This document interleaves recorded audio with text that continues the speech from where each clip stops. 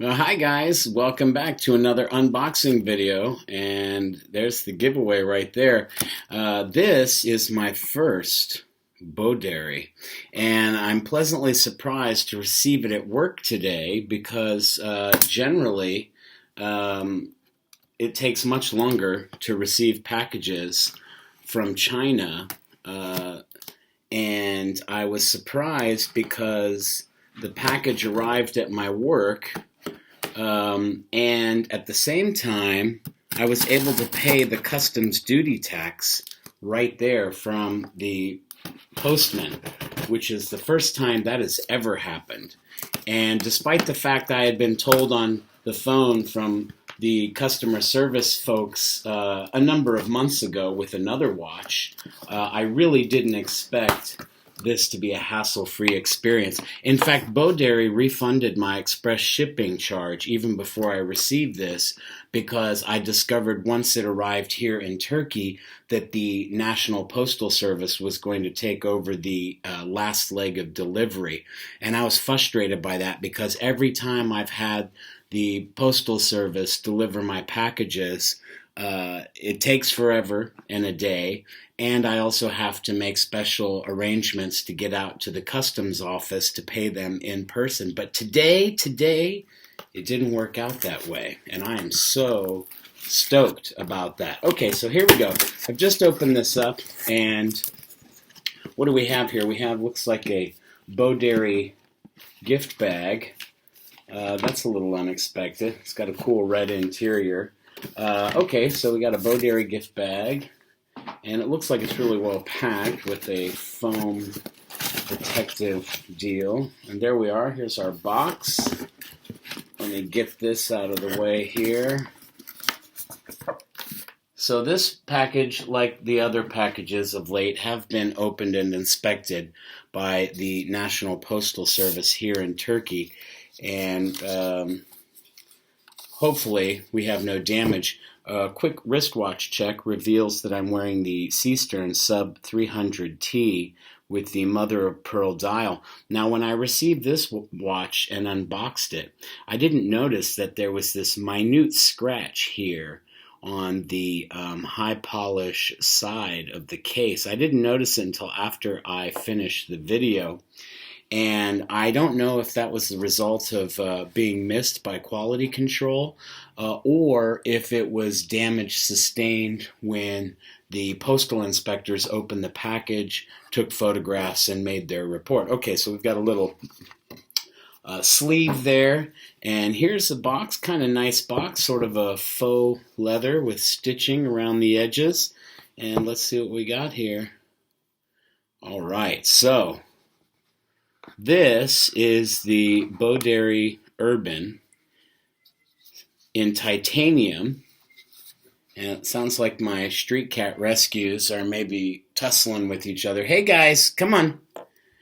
So let's remove this plastic and get to it. So this watch represents, like many watches in my collection, a first in a number of different ways. And so I am very happy to have that sort of unique detail within the watch collection that I have. So this is my first titanium cased watch. Now, it wasn't supposed to be my first. I was supposed to be able to take receipt of the Tactical Frog FX Diver, which I purchased, which also has a titanium face. And I picked the blue face version of that with the blue ceramic bezel.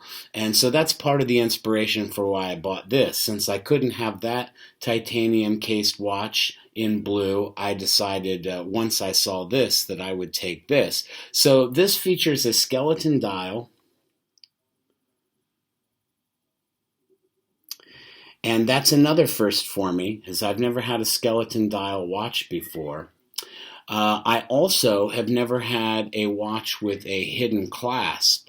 Now that's the Boderry logo, but I suspect it's probably more akin to the number 8, which I know is super important in Chinese culture and numerology.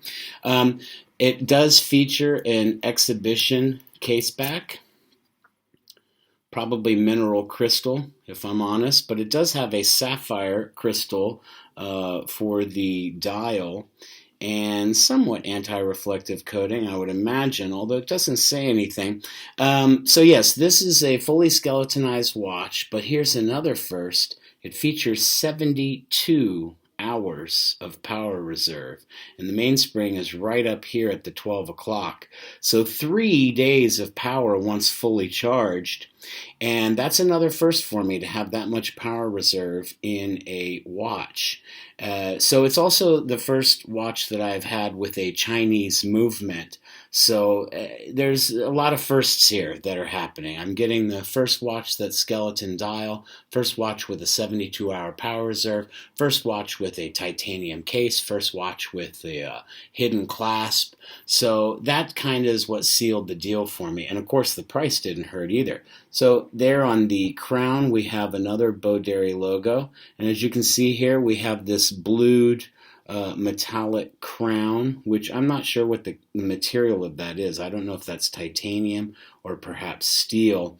And in the same way, I think that this milled clasp here, well, it sort of feels and looks like it could be titanium, although I'm not exactly sure about this buckle part. This is probably, I mean, more than likely this would be a stainless steel because of the high polish to it. And I can't imagine, and if not stainless steel, then perhaps like a nickel-plated pot metal. I don't really know. For the price point, I wouldn't be surprised. But it does have a genuine leather strap. You see that's the 2-ply strap there. And of course the movement beats it 28.8, so it's considered a high beat movement, and you know, high beat movement with 72 hours of power reserve, you can't beat that. 21 joules. There is one interesting thing I'd like to point out, though. You know, I watched a couple of other reviews, and I think one of the first reviews I saw of this watch, not this particular one, but within the same model range, the guy had broken his watch right after he took receipt of it. So this is one thing I want to point out, which is super strange. I mean, it's strange for an automatic watch. It's probably not strange for older mechanical watches, but this crown, okay, it doesn't screw down, no big deal there, but this crown, when you twist it, in its set position, in its zero position, you are actually winding the mainspring. When you pull the crown out, obviously you set the time, right? And it's a 3-hand deal. It's nothing special here. There is no date.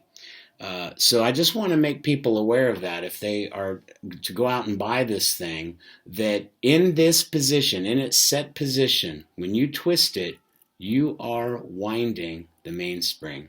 And I don't know if that's maybe the problem that the guy had when he took receipt of his watch. I'm certainly hopeful that the QC of the watch that I have is you know, right on point, right on spec. You can see it has a screw down case back, and it's sort of got that unique deal there. Not impossible to remove if you wanted to, although I don't see why you would. It just invites too much you know, unpredictability if you're opening the watch yourself. It's probably better just to let somebody service it on their own. So this is deceptively light, you know. Nothing about this feels flimsy, but it's like you have a hard time wrapping your head around the weight of titanium versus stainless steel. And obviously movements don't weigh all that much, you know, so I shouldn't have an expectation that it should weigh more just because of the movement inside and the extra mainspring for 72 hours of reserve, but it is deceptively light. And let's go ahead and put it on the wrist and see what it looks like. I think I covered all the basic bases. It does feature 50 meters of water resistance, but you know, the more I'm around water resistant watches, the more I realize that, you know, 50 meters doesn't mean 50 meters once you start swimming, because you put this water pressures on the watch as you move your hands through the water. And so 50 meters is probably not much better than being in the pool and or the shower, although I can't imagine you'd want to with this strap. But reminding myself, this does have quick release mechanism there on both, so that is a good thing. You can replace it easily with a NATO or some such thing, and it is 20 millimeters lug width between the two. It's a really nice touch there, that gold rotor wheel, and it does have a Boderry logo on that as well. And that's a really nice touch. Well, let's put it on the wrist and see what we got here. Yeah, it's so lightweight. Oh my goodness. It almost feels like you've dropped it and you haven't, you're still holding it. All right, so there we go. I wore the blue shirt in spirit. Now I must say that the blue band is darker than the photography on their website.